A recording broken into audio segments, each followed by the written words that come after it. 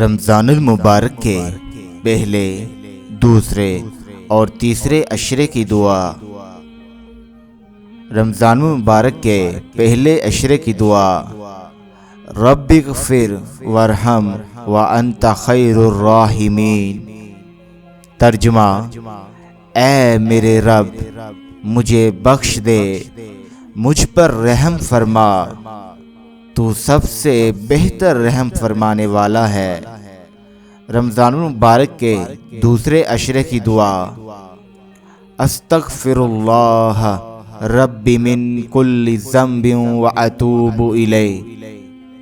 ترجمہ: میں اللہ سے تمام گناہوں کی بخشش مانگتا ہوں جو میرا پروردگار، اور اس کی طرف رجوع کرتا ہوں۔ رمضان المبارک کے تیسرے عشرے کی دعا: